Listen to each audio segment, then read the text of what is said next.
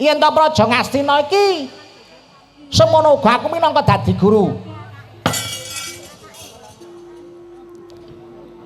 Iso ora bisa, kuwi kudu tak boyong mergo aku sing teko dhisik. Wis kosek to, gantian leh ngomong. Kabeh urung dijawab wis ndhisiki. Kowe meneng ae Bagong. Lah sampean yo ngono kok. Ndara Puntadewa urung pawangsulan sampe wis nyela-nyela. Iya Petruk, aku ngerti inggih semono semanten ugi Bapak Penemban. Petruk, ing kono kowe kudu iso nrimo. Mboten saged trima kula. Kula mboten saged trima. Menika jenengan kedahe saged manggaita. Saged manggraita yen to negari Ngastina menika kenging pagebluk Mayangkara menika pun sak watese, pun sak pantese. Cobi ta. Para-para ingkang linggah wonten praja menika kados pripun? Menika namung mikir sak penake dhewe. Tumindake pun pripun ingkang sampun ngartos.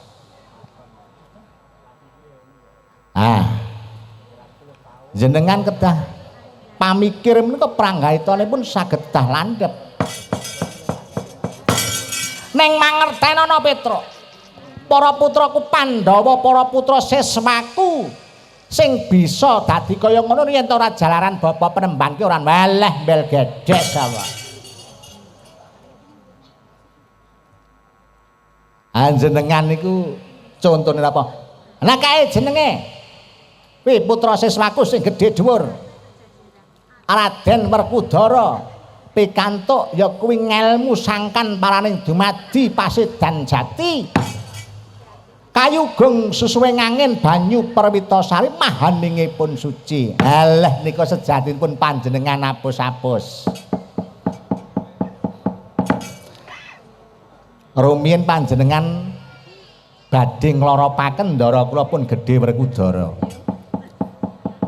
Jenengan alap patine. Iya bener kuwi mbiyen asine dijoroke. Kuwi asine pengen mateni ngarah patine. Samentara rumiyin ndara-ndara kula pun Pandhawa jenengan lebetake teng lebeting Sumurupasaya. Oh alah ora omongan karo kowe Gong. Bocah kok dijak omongan angel ora usah digarap.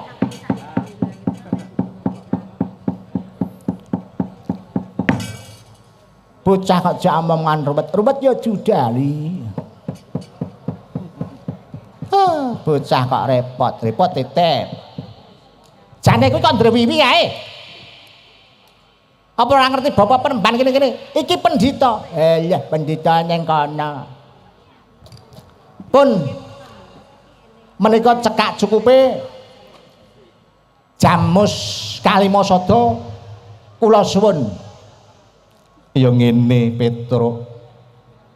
Krana Pandhawa ana cacah 5. Ing kono aku bakal pirembugan marang kadang-kadangku.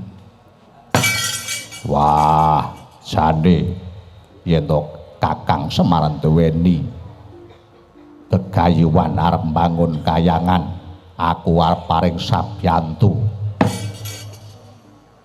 Jodipati bondo maewewu mok tewu ora apa-apa. Wah, masuk.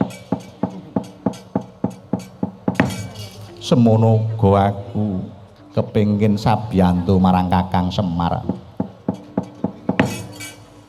Yen to babagan Jamus Kalimasada aku ora bisa menehke Petruk.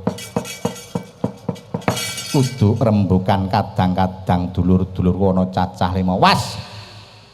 Yen to kados mekaten ndara niki mengke krewikan dadi grojokan. Gelandang carang Caka Pucuk. Kowe bisa nggawa wujute ya kuwi Jamus Kalimasada yen to bisa ngelangkai bangkene Begawandra. Wah dadi tenan iki.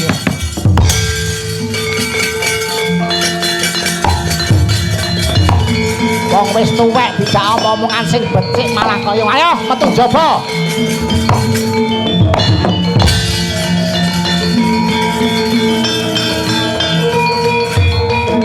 minggat ora.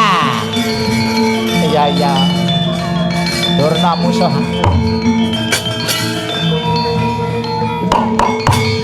Ayo. Kakangku Petruk musuh Durna, kowe musuh aku Bang. Lek musuh kowe jelas kowe. Wah, kowe ndang mlayu ta ora? Aku tak njaluk pamit, Kang.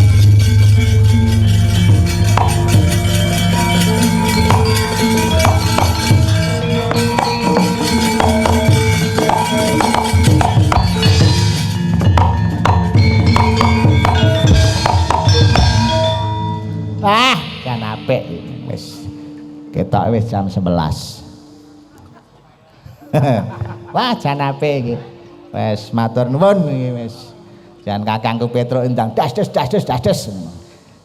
Iya Bagong, kae kakangmu Petruk wis metu.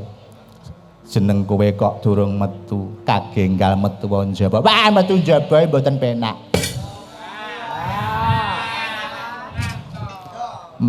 Metu njaba wis ora dadi. Jenenge metu kuwi lak ya neng njaba. Wah niku lek liyane nek kula metu nggih mboten teng njaba. Bagong, aja celometan tak gecek ndasmu iki pasewakan. Wah mboten, Ndara, mboten. Tetembungan sing apik. Nggih, aturaken samudra pangasami anggen kula bilih menika matur menika wonten sisip sembirite wonten lepating ukara mrucuting tembung. Ya ora dadi paya pengapa.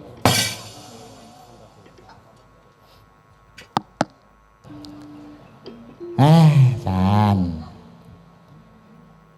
Ayo kaki ndang metuwa. Lah niki kula medal niku terus hitunge pripun? Hitunge piye? Nggih mosok satik-satik mboten ana. Sangune ngoten lho. Sangu apa Bagong? Mosok cewu-cewu ngono ra duwe. Bendara kok nggawa dhuwit. Hah, pait. Engko nek wis teka Karang Kadempel tak sangoni. Wah, nggih, pamit nggih sinuwun. Iya.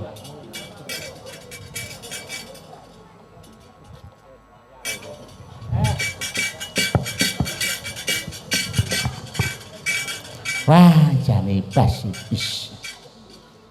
Iki sapa iki? Kula pun tumenggung. Gawa dhuwit. Nggih. Enek pira?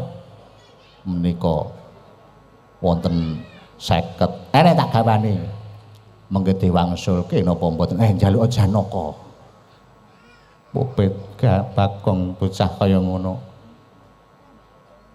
Kong. Dawe. Kowe ora ndang metu tak gecek ndas. Wah, aku lho tak medal nggih. Mas, pamit kula Ndara. Ndara kula gedhe. Iya sing ati-ati Bagong.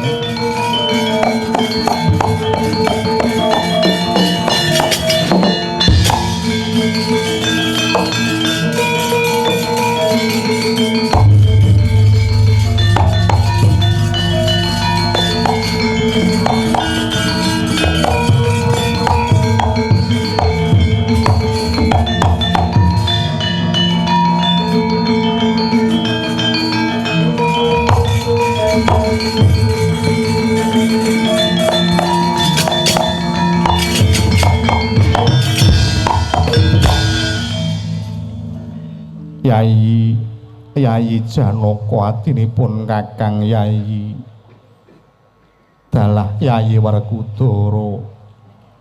Wah, Puntadewa kakangku yo. Nuwun inggih Kakang Mas. Ya gini Bapa Penemban Durna uga ngayunke wujude Jamus Kalimasada kanggo nyirnakne memala sing ana praja Ngastina. Semono uga Petruk kantong bolong minangka kongkonan Kakang Semar. Kakang Semar duwe gegayuhan bangun kayangan. iki banjur diwenehke sapa adiku sakloron. Nun inggih Kakang Mas. Bilih samangke wujudipun Jamus Kalima Sada badhe kaparingaken dumateng sinten? Monggo katuran Kakang Mas minggah wonten sanggar pamujan. Meminta dumateng kanugrahaning Gusti ingkang Maha Widhi. Nyuwun pepajar samangke. Iya Yayi Janaka. Werkudara. Wah. Puntadewa kakangku piye? Kaki Budarna kang padha ngantung seba ingsun arep kundur ngedaton munggah ing sanggar pamujan kekanthi murih mulyaning negara Santi Mulyaya. Wah, iya Kakang.